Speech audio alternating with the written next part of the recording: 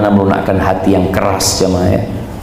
Ya, di antaranya tadi kita sudah bicarakan sebab-sebab yang menyebabkan hati itu keras, dihindari sebab tersebut, kemudian datang ke kuburan, ziarah kubur. Ketika antum merasakan hati keras ya, pikiran hanya urusan dunia ini itu, berangkat ke kubur. Lihat itu kuburan.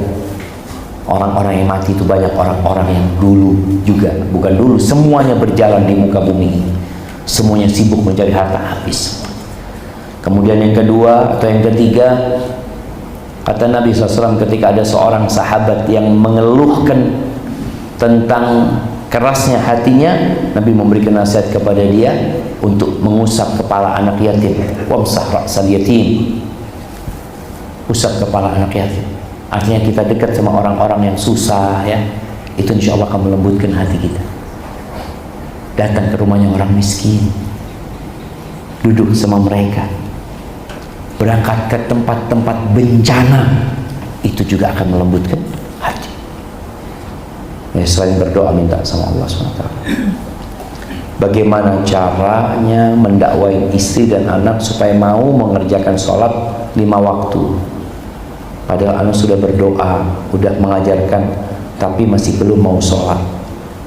Untuk anak waktu SD sekolahnya double, sekolah madrasah, sekolah SD negeri. Jadi istri dan anaknya ini nggak sholat. Astagfirullahaladzim. Ya, seorang suami harus tegas. Tapi ada suami nggak bisa tegas. Kapan suami bisa tegas? Tatkala dia bertanggung jawab. Dia memberikan nafkah dengan lengkap, dengan sempurna kebutuhan istri dan anak-anaknya. Tapi kalau ternyata istrinya yang bekerja, istrinya yang memenuhi urusan rumah tangga, sulit bagi suami untuk tegas. Sedangkan Allah Azza wa Jalla mengajarkan cara mendidik pasangan hidup kita.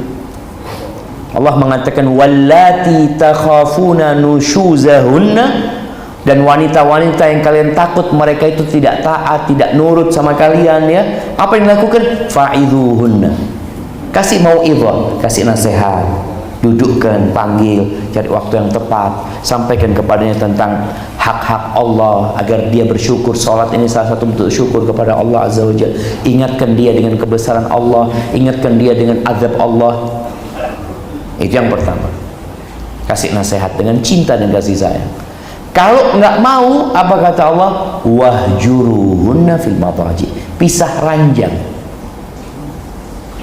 Pisah ranjang ini salah satu cara memberikan nasihat. Seorang istri yang dikasih nasihat nggak nurut ya, terus suaminya malam hari deket-deket sama dia, apa kata istrinya? Aduh, butuh sama ana nih laki-laki, butuh sama ana. Akhirnya sang istri nggak nurut. Iya Ustaz, kalau istrinya 2, istrinya 1. Nabi SAW istrinya 9 pada waktu itu, semua ditinggalkan dalam rangka memperbaiki, bukan berpikir syahwat, bukan berpikir dunia. 9 istri Nabi itu pernah diboikot 1 bulan. 1 bulan Nabi tidak balik ke rumahnya sama sekali, dalam rangka ayat ini, wahjuruhunna fil madaji, tinggalkan mereka.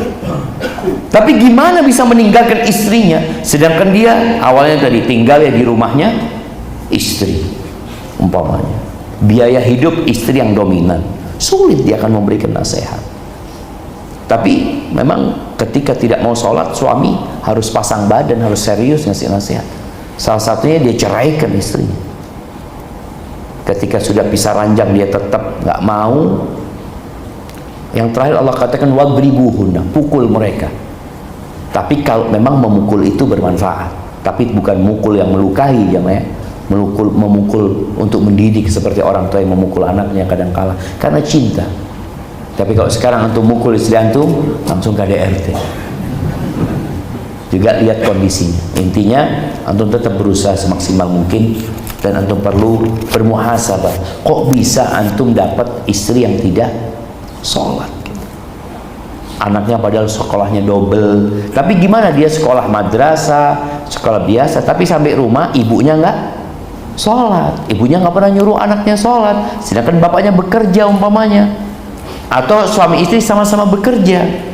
Maka tolong antum memohon ampun kepada Allah Azza wa Jalla, mungkin juga salah pilih pasangan hidup. Ana sedih Ustaz, di lingkungan kampus banyak sekali fitnah dan kemaksiatan, termasuk beberapa teman ana yang lulusan pesantren pun ikut terbawa. Bagaimana cara terbaik memperbaiki, menasehati mereka? Ana sering posting nasihat dan faedah, tapi memang yang datang hanyalah tuduhan sesat, berlebihan dan lainnya. Ana juga sering bertemu tatap muka dengan teman terdekat untuk menasehati secara lembut pada mereka, tapi belum ada perubahan. Mohon solusinya. Barakallahu fiik. Barakallahu fiik. Nah, iya jemaah, ini PR kita bersama ya. Ana masih bermimpi, tapi semoga Allah Azza wa Jalla mewujudkan hal itu. Adanya kampus-kampus Islam yang benar-benar sesuai dengan syariat. Sebagaimana umat Islam butuh bank syariat yang sesuai dengan syariat, kita juga butuh kampus Islam yang sesuai dengan syariat. Banyak terjadi perzinaan kadang-kadang di kampus itu.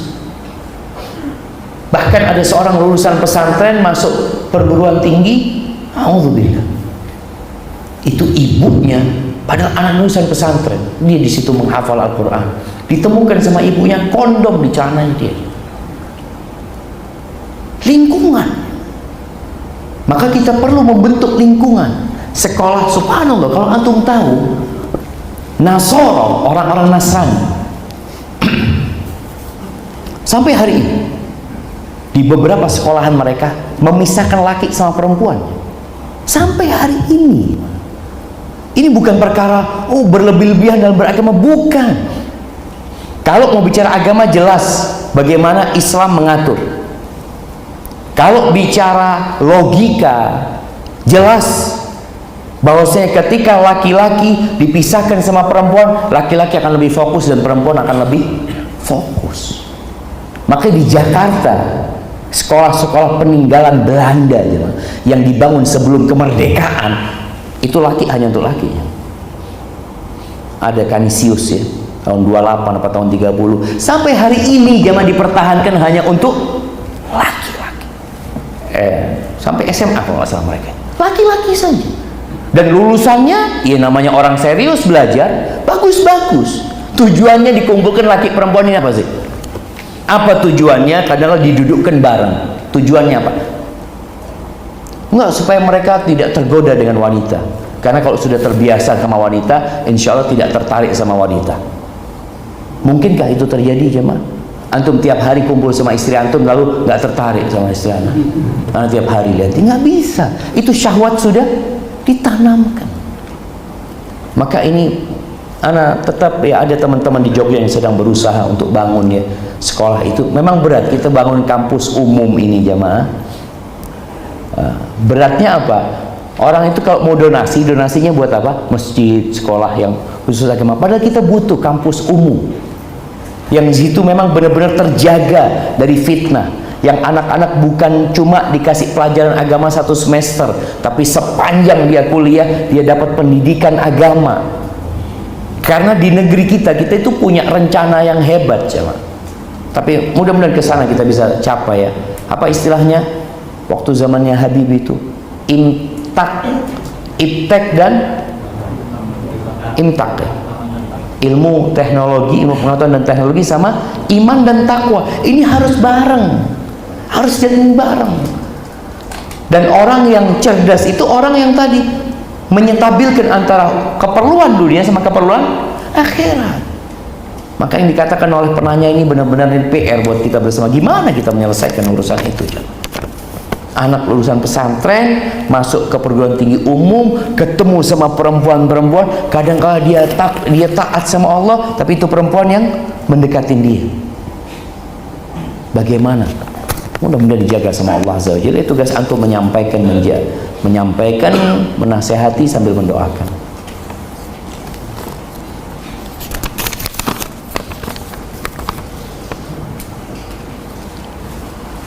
Ustaz, kisah pemuda tadi Masya Allah. Syukran jazakallah. Ustaz, bagaimana kita mengetahui benarkah kita ikhlas ketika melakukan atau selesai melakukan ibadah? Seringkali merasa ikhlas, namun juga ragu. Kalau antum merasa ikhlas, maka antum perlu ikhlas lagi. Iya, ana ikhlas sudah. Perlu ikhlas lagi. Karena boleh jadi ada ujub di diri antum. Namun juga ragu. Ya, kita itu beribadah jamaah. Nah, ini pergi ke majelis ilmu untuk apa ya?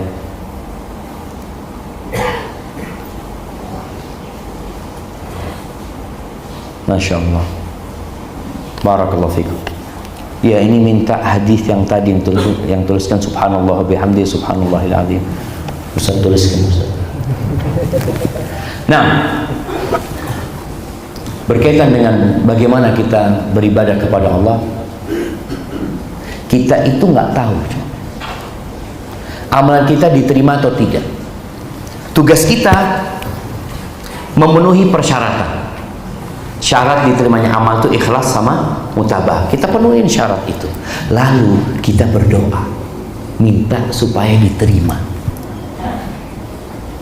Nabi Ibrahim alaihissalam membangun Ka'bah. Nabi membangun Ka'bah bersama Ismail. Lagi ngangkutin itu batu menyusun. Apa doanya?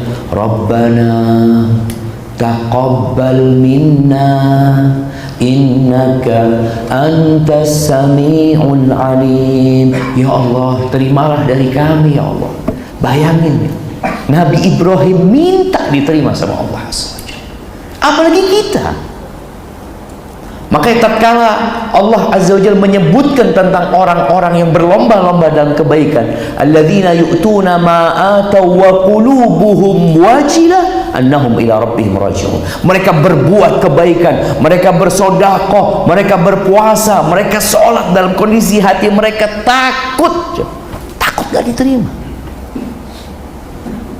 Mereka tahu kelemahan diri kita. Maka kalau bicara bagaimana kita tahu ikhlas atau tidak, ya kita berusaha untuk tidak berharap pujian orang, kita tidak berharap sanjungan orang, kita hanya berharap keridhaan Allah Azza wa Jalla. Kalau mungkin ada keinginan lain ditepis, tapi kita tetap takut jangan.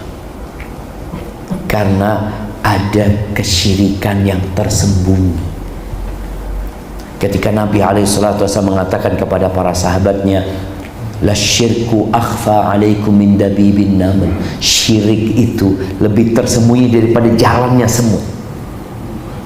Itu para sahabat mengatakan, di antaranya Abu Bakar, kaifal khalasu ya Rasul, gimana kita bisa menyelamatkan diri kita dari syirik yang tersembunyi daripada jalannya semut? Antum bisa bayangin ya, kadang-kala ada semut di punggung antum nggak berasa, jalan itu semut. Siapa yang tahu? Orang lain ada semut. Jadi ada kondisi memang sesuatu yang sulit. Maka Nabi SAW mengajarkan doa. Kalian kalau ingin diselamatkan dari syirik yang besar, yang kecil, baca qulu Allahumma inni a'udzubika an usyrika bika wa ana a'lam wa astaghfiruka lima la a'lam. Ya Allah, aku berlindung kepadamu dari melakukan kesyirikan yang aku sadari, yang aku ketahui, dan aku memohon ampun kepadamu dari kesyirikan yang tidak aku ketahui, nggak sadar kan kalian. Hadza wallahu a'lam. Bismillah, saya ingin menikah. Ada apa ngomong sama anak? Kan datang ke mertuanya melamar. Astagfirullahaladzim. Oh, jadi masalah jemaah. Dan diperhadapkan dengan dua pilihan akhwat. Kan bisa dua-duanya jemaah. Kan? Ya, tapi dia mau satu kayaknya jemaah. Akhwat satu rupa cantik, sudah mengenal sunnah dan rajin ikut kajian, tapi memiliki sifat temperamen judes. Dan tutur katanya terkadang kasar.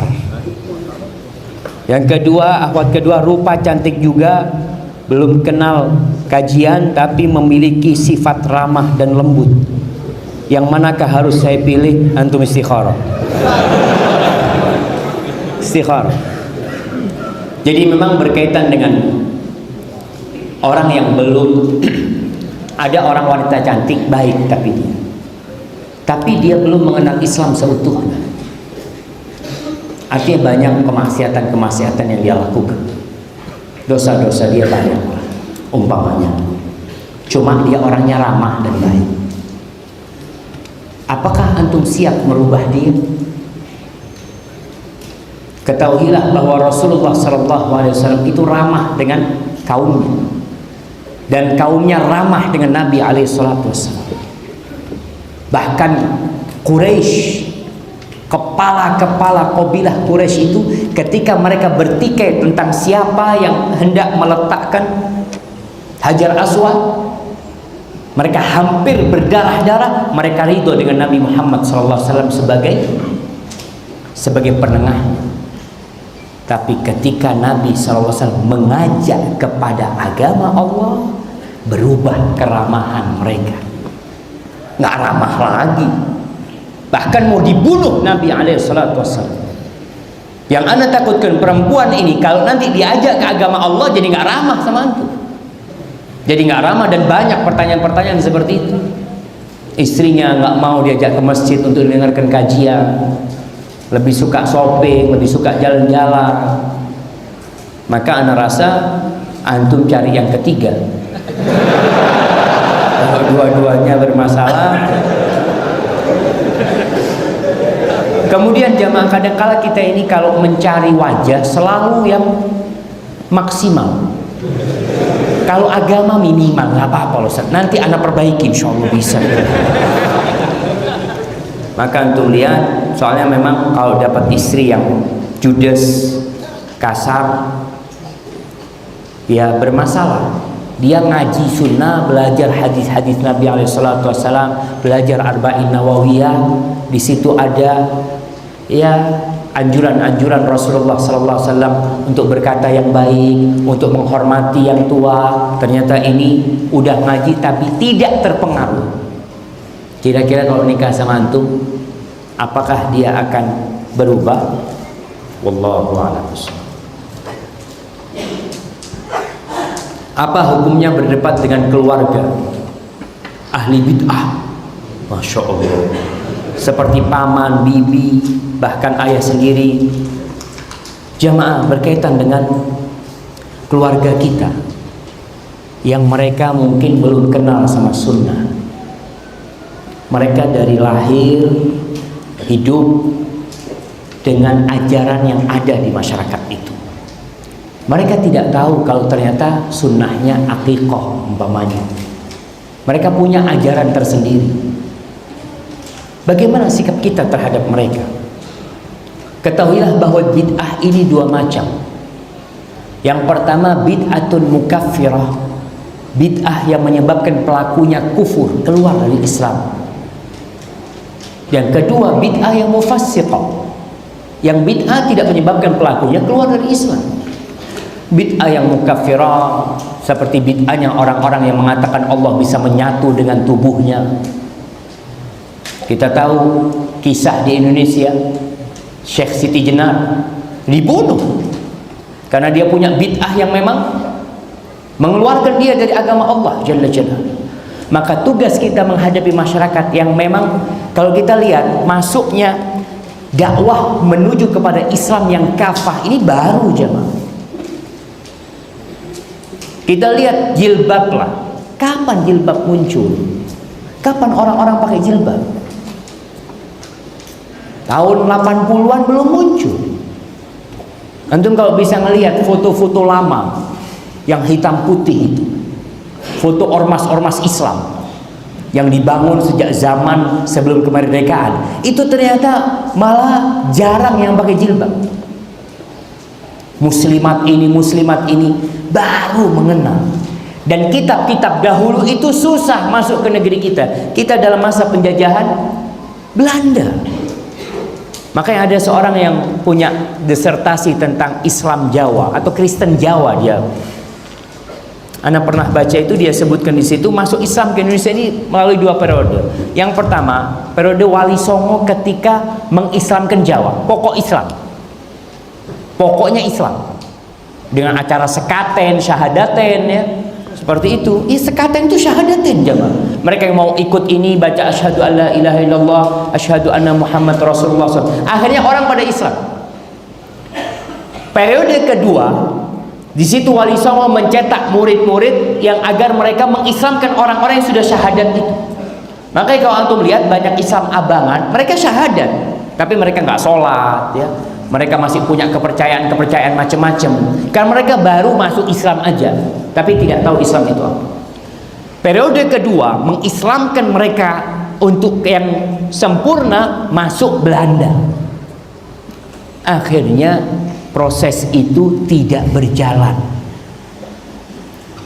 Lama nggak berjalan. Sampai Belanda keluar, baru mulai kita merdeka, mulai banyak sekolahan Islam. Setelah Indonesia merdeka, sekolah favorit itu sekolahnya siapa? Katolik. Sisa-sisa peninggalan Belanda. Makanya pejabat-pejabat negara dulu itu banyak lulusan mana? Sekolah-sekolah Belanda memang. Karena mereka, dan tentunya di sekolah itu apa diajarin Islam? Ya enggak lah. Maka proses itu memang belum sempurna. Tugas kita menghadapi seperti ini sabar. Apakah antum berdebat? Lihat kira-kira ilmu antum cukup untuk berdebat. Yang ada marah-marah. Sampaikan sunnah lah. Ini loh sunnahnya seperti ini.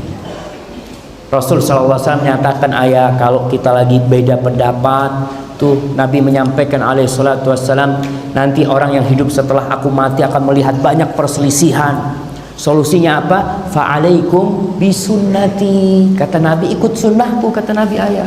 Kalau anak debat kayak gini mungkin afwan, anak nggak punya ilmunya, tapi ini sunnahnya. Jadi yang seperti itu yang kita ajarkan kepada mereka. Dan kita perlu tahu bahwasanya umat Islam itu bersaudara. Kita tuh saudara, tapi bukan berarti persaudaraan itu kita tidak amar ma'ruf nahi munkar. Enggak. Malah saudara yang baik itu adalah yang mencegah saudaranya melakukan kemungkaran. Bukan kita, kita kan saudara. Iya saudara, kalau melakukan dosa antum kasih nasihat. Maka dengan cara seperti itu berarti kita cinta sama saudara kita, bukan membiarkan dosa itu terus dilakukan. Karena Allah menyebutkan orang-orang beriman dengan orang-orang beriman itu ba'duhum awliya'u ba'd. Mereka sebagian adalah kekasih pelindung buat sebagian lainnya. Ya'muruna bil ma'ruf wa yanhauna 'anil munkar. Mereka beramar ma'ruf dan bernahi munkar. Apakah ada anak kecil yang secara fisik normal, kemudian baru diketahui ada sakit bawaan sejak lahir seperti jantung? Apakah ini disebabkan oleh dosa orang tuanya? Jamaah, tadi kita sebutkan ada 2 penyebab bala. Yang pertama dosa, yang kedua cinta. Antum lebih tahu dengan kondisi antum. Anda tidak bisa jawab. Kita husnudzon sama Allah. Allah nggak mungkin melakukan kezaliman. Enggak. Bisa jadi Allah melakukan itu karena cinta sama antum, atau karena antum punya dosa. Apakah anak itu berdosa? Enggak, anak itu nggak punya dosa. Tadi yang kita sampaikan, kadangkala bala Allah turun itu tidak hanya menimpa pelaku dosa, satu kampung habis. Imam masjidnya masuk,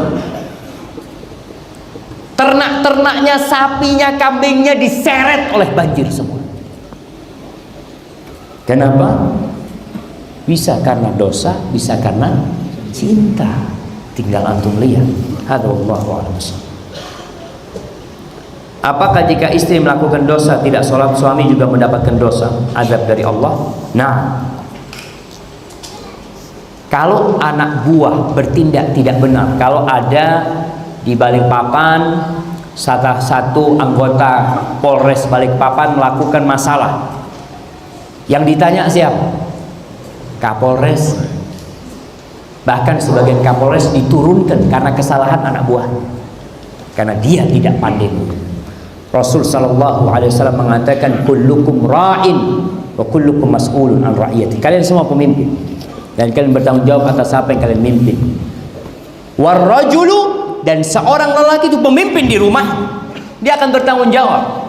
Ketika orang berjalan di padang mahsyar menuju ke sirat, apa kata Allah? Waqifuhum, berhentikan mereka. Innahum mas'ulun, mereka akan ditanyain. Maka tadi seorang lelaki hendaklah memilih istri, memilih ibu buat anak-anaknya itu yang berkualitas, bukan hanya dari sisi fisik. Sebagian orang menikah hanya untuk memperbaiki keturunan dari sisi fisiknya. Ana Ustaz warnanya agak gelap Ustaz, ana mau cari yang putih-putih lah supaya anak-anak ya lebih bagus lah Ustaz. Dari sisi fisik Allah kasih yang antum inginkan. Tapi akhirat tergantung niat antum sama. Maka antum bertanggung jawab.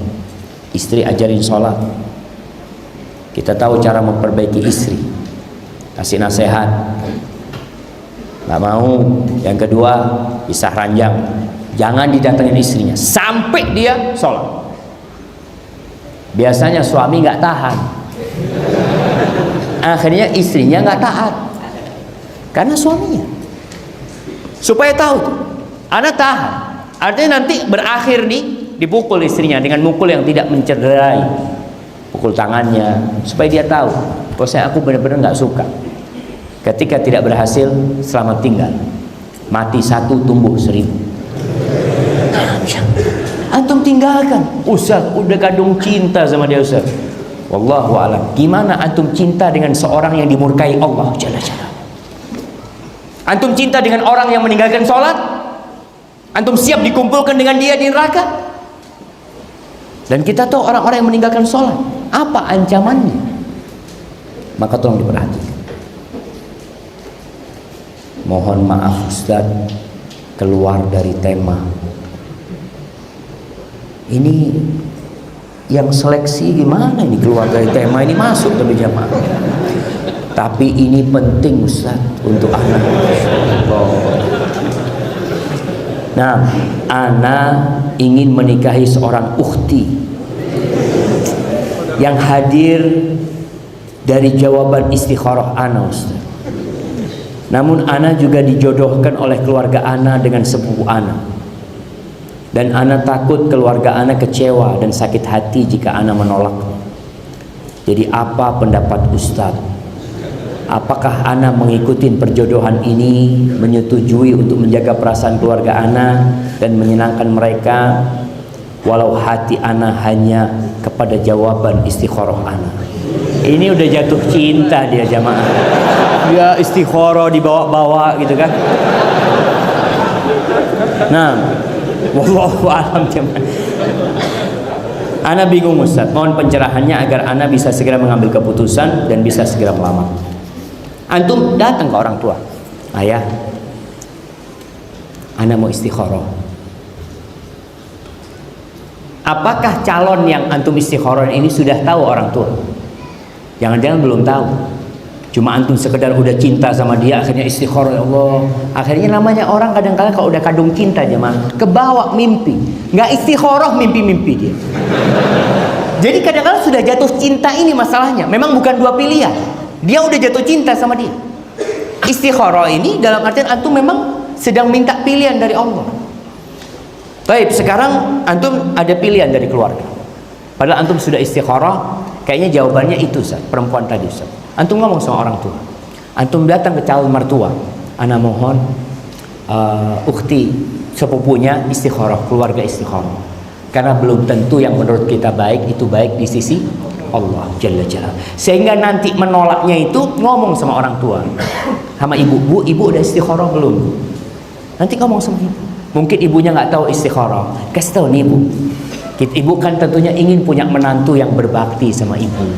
Mungkin ibu berharap dia berbakti, cuma kan kita nggak tahu di balik itu. Sama bapaknya juga minta, karena juga bicara menantu yang akan dibawa ke rumah tersebut. Maka mereka juga perlu istikharah. Keluarga sana juga perlu istikharah. Mudah-mudahan dengan cara seperti itu antum menolaknya tidak melukai perasaan, tapi benar istikharah antum. Tapi kalau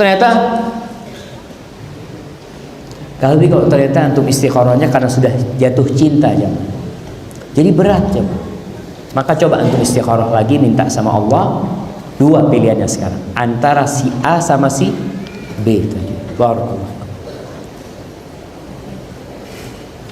Ana saat ini masih kerja di lembaga mengandung riba.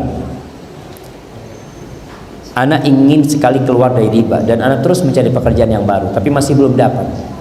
Ana juga berdoa setiap hari agar diberi pekerjaan yang baru. Apa termasuk karena dosa riba? Doa Ana minta pekerjaan yang baru belum terkabul. Jamaah, orang yang pindah pekerjaan itu bukan meninggalkan riba, tapi dia pindah pekerjaan. Maksudnya, nih orang bekerja riba, dia nggak mau meninggalkan riba sampai dapat pekerjaan baru. Kan dia mau pindah kan? Dia maunya pindah. Ketika dia memang niat tinggalkan riba, tinggalkan. Terus gimana Ustaz?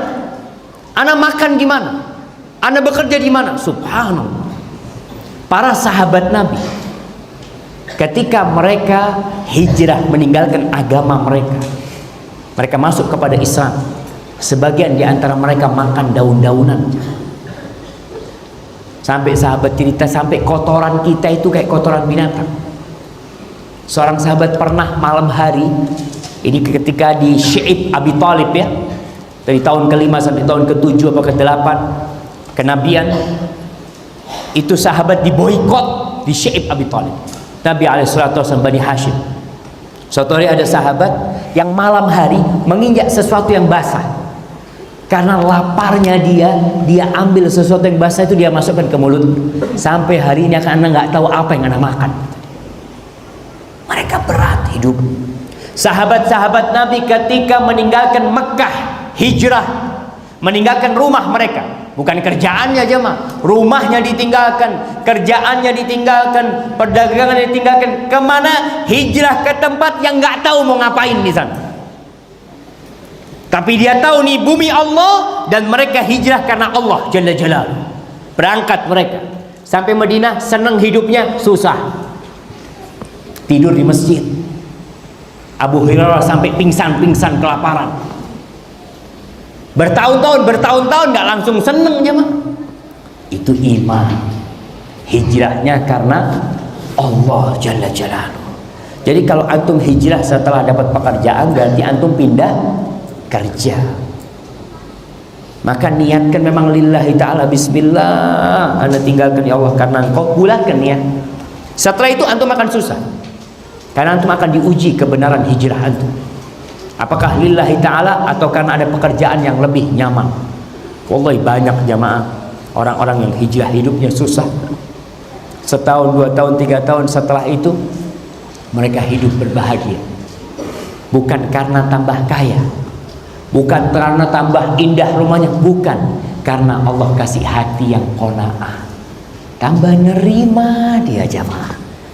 Yang sebelumnya Masya Allah ada seorang di Bondowoso itu, sebelumnya dia pakai mobil bagus, sekarang pakai motor yang bekas dia bawa ke masjid. Tapi Anda lihat wajahnya bahagia dia jamaah.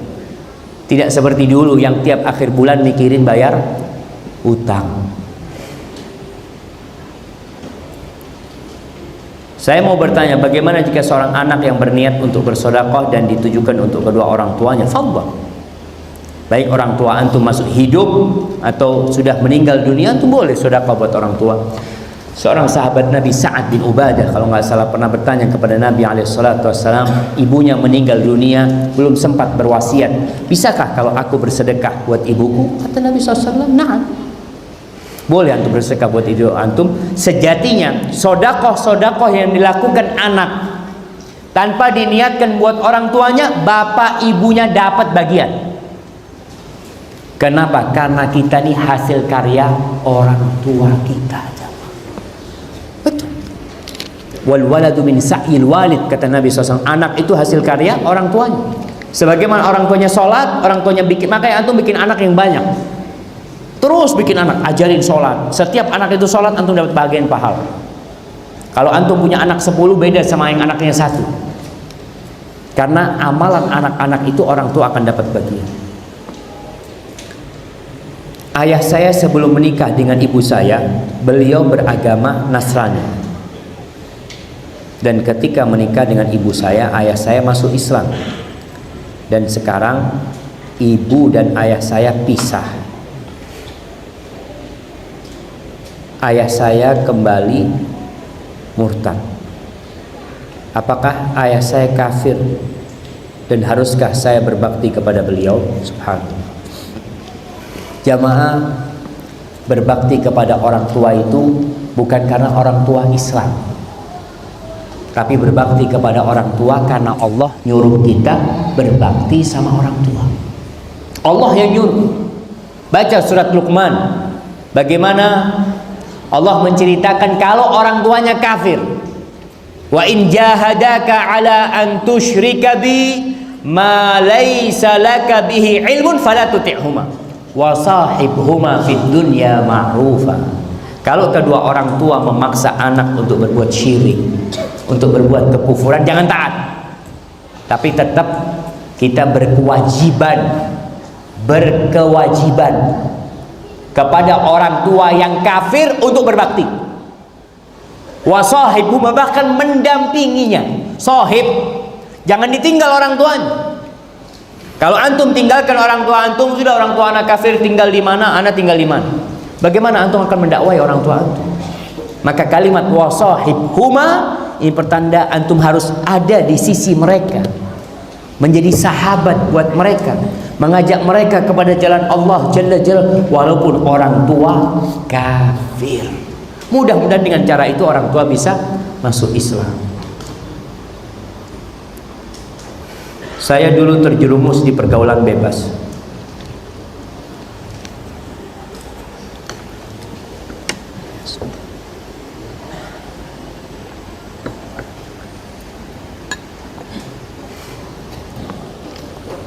Saya menemukan wanita yang sudah pernah berzina dan tidak perawan lagi.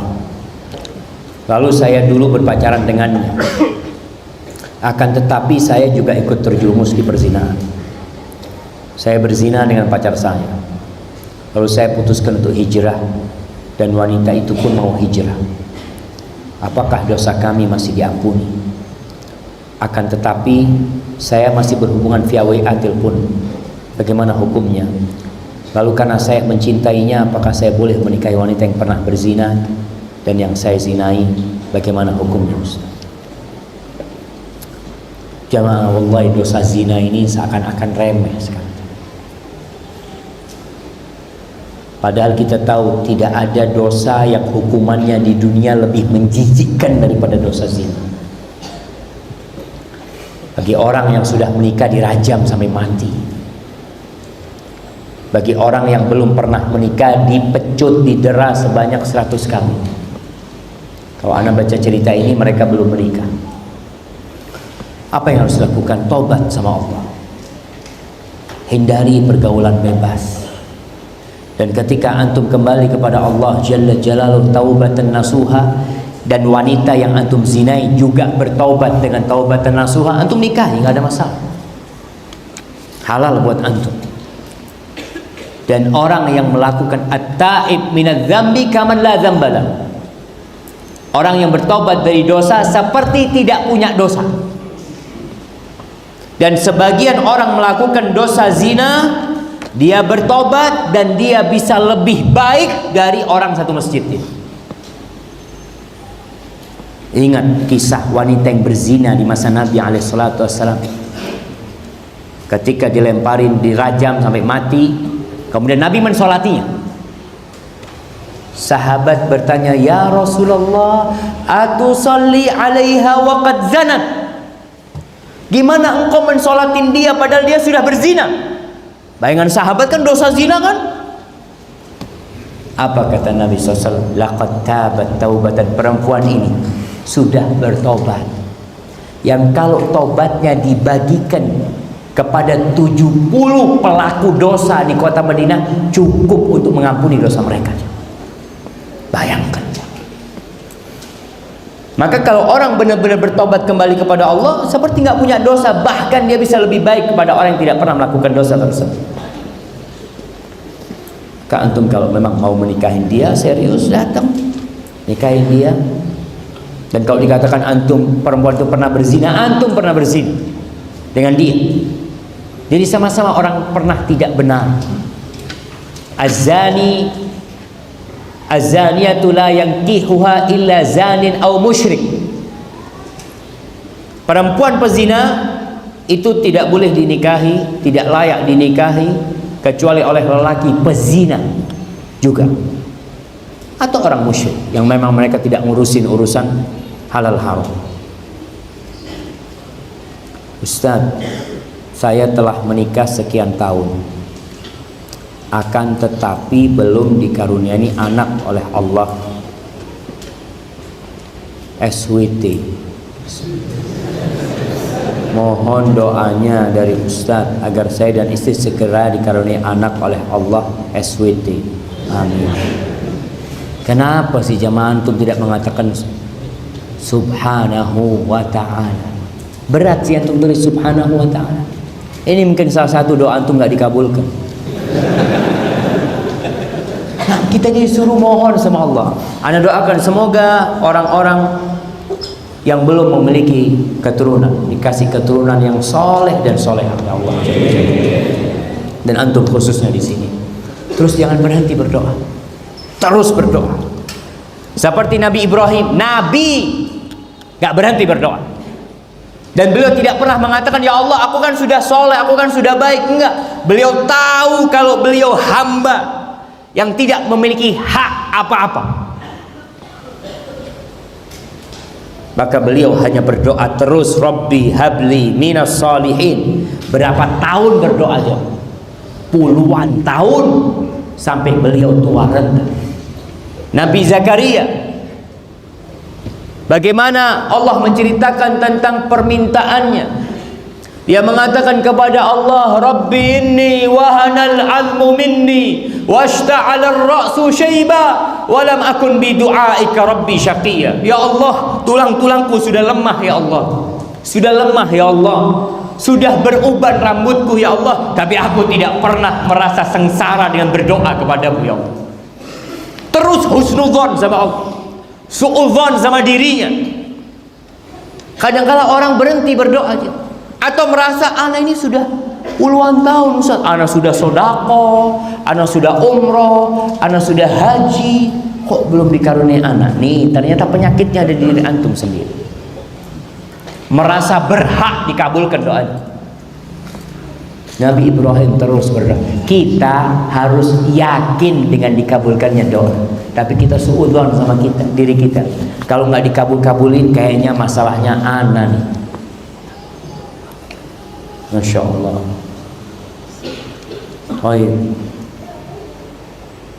Jam 11.15 harus stop. Butuh waktu yang cukup untuk membubarkan massa.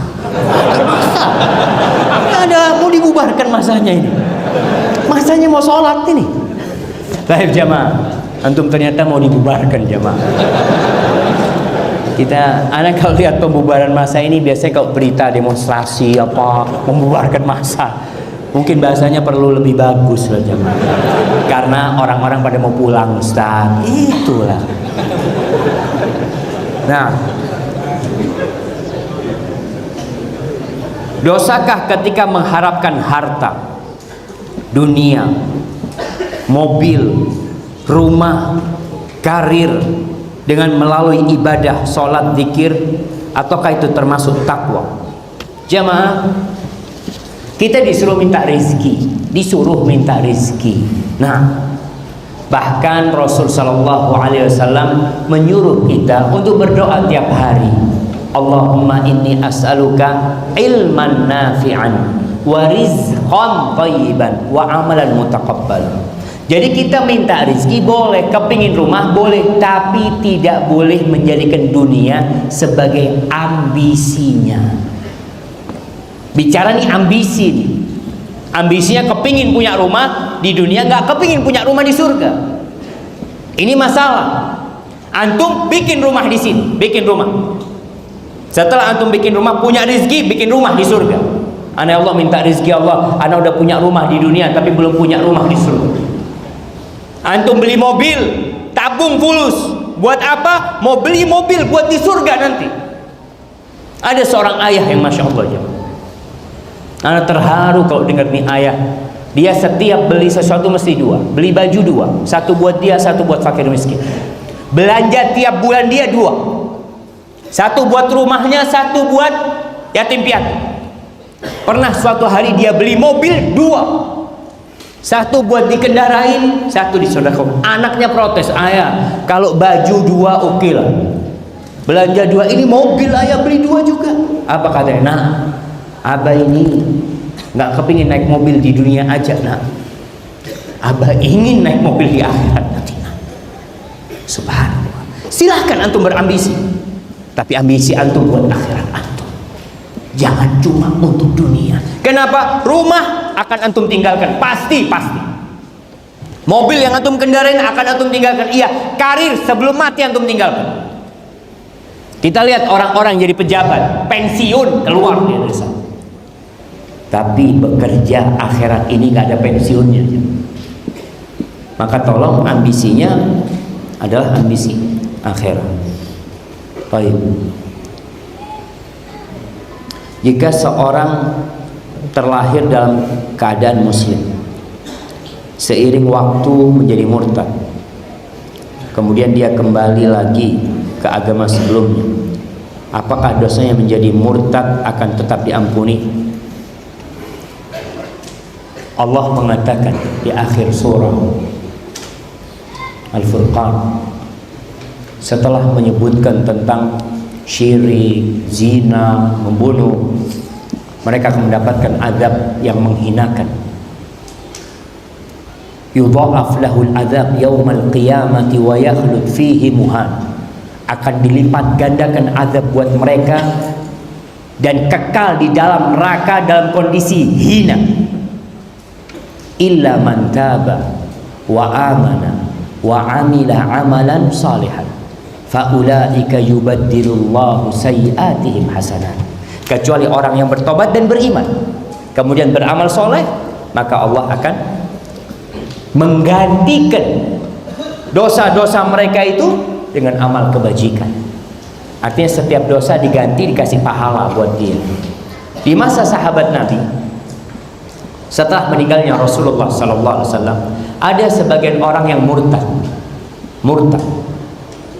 Sebagian di antara mereka mati dalam kondisi murtad, tapi ada sebagian yang kembali Islam dan Islamnya jadi baik. Allah terima tobatnya insyaallah. Semoga Allah mengampuni dosa-dosa kita. Bagaimana cara menghadapi suami yang suka bermain game online dan merubah suami agar taat beribadah dan bisa membimbing istrinya sesuai dengan ajaran Rasulullah? Wallahi jamaah, game ini alhamdulillah ana bersyukur sama Allah, ana termasuk yang nggak suka game. Nggak suka memang. Dan itu nikmat dari Allah Jalla Jalaluhu. Karena pada waktu anak kecil banyak teman-teman yang suka game, suka dia gitu. Anak dikasih game dulu game bot. Iya, game bot. Oh itu ada orang yang Masya Allah sampai tegang-tegang. Anak ngomong ngapain antum? Dapat apa main? Nggak dapat apa-apa gitu lah. Nggak dapat apa-apa, tapi tegang. Kalau anak-anak main game, yang perlu ditanya orang tuanya, antum yang menjerumuskan anak antum. Ada orang tua yang anaknya dikasih HP, dosa antum. Antum tahu yang namanya satu orang kafir, namanya siapa yang punya Microsoft? Bill Gates. Ada baca wawancara dia, anaknya sampai umur 14 tahun tidak dikasih gadget, tidak dikasih. Dia padahal bisa memberikan 1 juta gadget buat anak. Di Indonesia bapaknya pas-pasan, anaknya 2 punya gadget semua. Kenapa? Karena berempat main game semua di rumah. Ibunya main game, bapaknya, anaknya dibiarkan main game. Na'udzubillah min dzalik jamaah. Maka hati-hati. Bagaimana sekarang suami? Suami ini ya Allah ya entahlah, memalukan sekali ada suami yang main game. Tapi kebiasaan lama. Bagaimana sekarang merubah kebiasaan suami? Istri merubah kondisi rumah menjadi game online.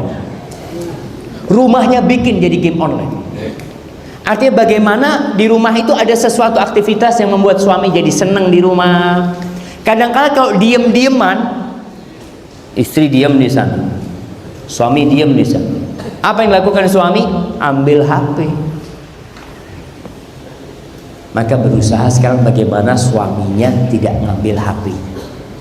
Ana yakin seorang wanita punya cara, dia tahu suami ini zat kalau kena ini, oh sudah biasa.